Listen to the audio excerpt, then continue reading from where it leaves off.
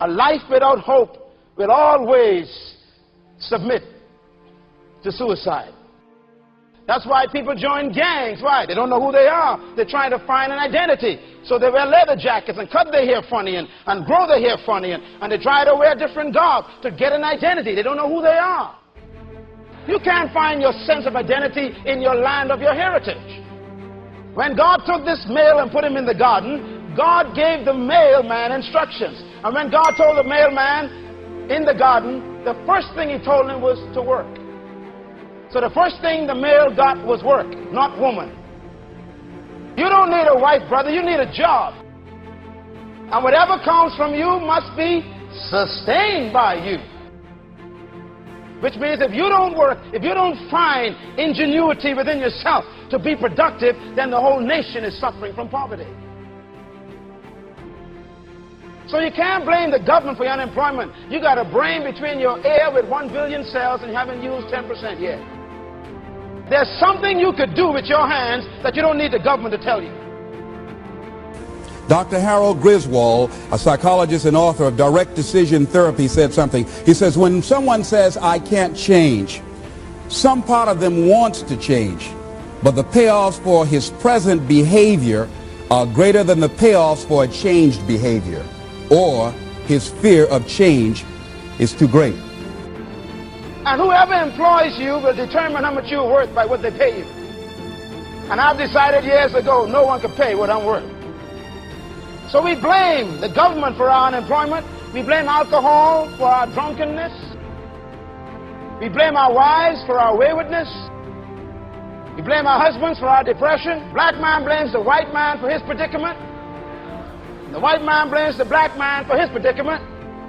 And the poor blames the rich for their poverty. We live in an irresponsible generation. Ladies and gentlemen, it takes courage to live your dreams.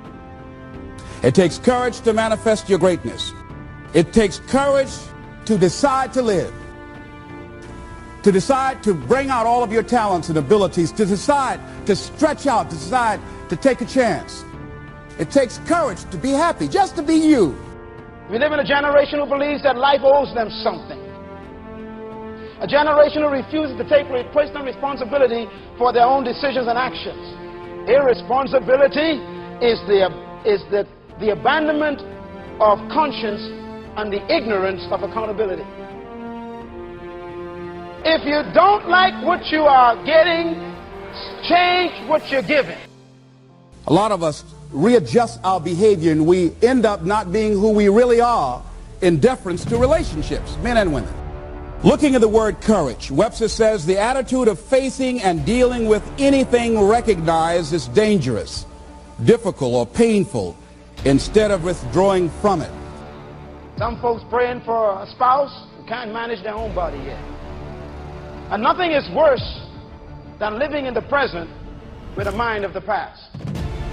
God will not trust you until he tests you. As you begin to look at where you want to go and take personal inventory, it's going to be very uncomfortable. That's why most people don't do it. It's very painful to admit your shortcomings, to admit your weaknesses.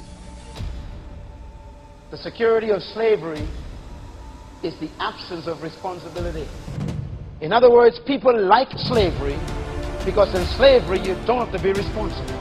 We escape from freedom when we seek to avoid responsibility for our own behavior. Any misconception of freedom will always result in bondage. And many confuse freedom with independence. Some mistake freedom for permission, and others consider freedom lack of accountability. But freedom is an interesting word. It means liberty. Freedom is not the absence of work or the cancellation of responsibility, but rather the release of work and the release to work and to fulfill the assignment of responsibility. Jesus closes the concept of freedom with a statement. John 8:32, he says, then you'll know the truth, and the truth will make you free. In other words, freedom can't be given to you by a human being. It's discovered when you discover truth about you and about life. It's very painful to do that. It's much easier to withdraw from that and just ignore it. He goes on to say the courage of one's convictions, the courage to do what one thinks is right. As you begin to look at yourself and look at where you want to go with your life, it's very important for you to ask yourself a question as you look at various areas of your life. Is what you are doing right now, is it giving you what you want? If it's not giving you what you want, it's going to take courage to decide to do something differently. Irresponsibility leads to slavery. Proverbs 6:5 says, "Free yourself like a gazelle, you sluggard, and get up from your sleep." A little sleep, a little slumber, and poverty comes upon you like a bandit. Freedom demands responsibility, and responsibility is the result of maturity, which is the evidence of character, which is produced by trials and tests. Disobedience leads to bondage, and obedience leads to responsibility. Freedom is expensive, and it costs a high price. Deliverance is instant, but freedom is a process. One must be prepared for freedom. All oppression produces the spirit of irresponsibility, the spirit of laziness, hatred for work, fear, distrust, low self-esteem, poor self-concept, selfishness, timidity, and a spirit of immediate gratification. And that's what we're suffering from right now. People who have been oppressed for many years, they want instant gratification. They don't want to plan and wait and earn. They want instant cash now. It's a spirit of slavery still upon them.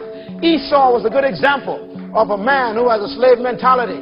When he's hungry, he'll sell his birthright for some food instantly, forgetting that he'll be hungry again. When you are free, you don't need to be accepted. This was the failure of colonialism in my experience in our own country. They produced dependents as colonies and parasites, and when they gave us independence, we were still dependent on them. Freedom is not synonymous with independence. It takes courage to enjoy yourself. What are some of the self-defeating behaviors that we become involved in that prevent most people from enjoying themselves? Some people develop the "what's the use" attitude. Why bother? Some people have the "I really don't care." And they convince themselves that they don't care and they don't feel anything. And after a while, they really don't feel anything. Their lives are empty. Some people say, well, it's really not worth the hassle. Just too hard. It doesn't bother me anymore. The fact that I'm not living out my dream. The fact that I'm capable of doing more and I'm not doing it. The fact that I'm content but I'm not fulfilled. The fact that I'm not living my dream. It takes courage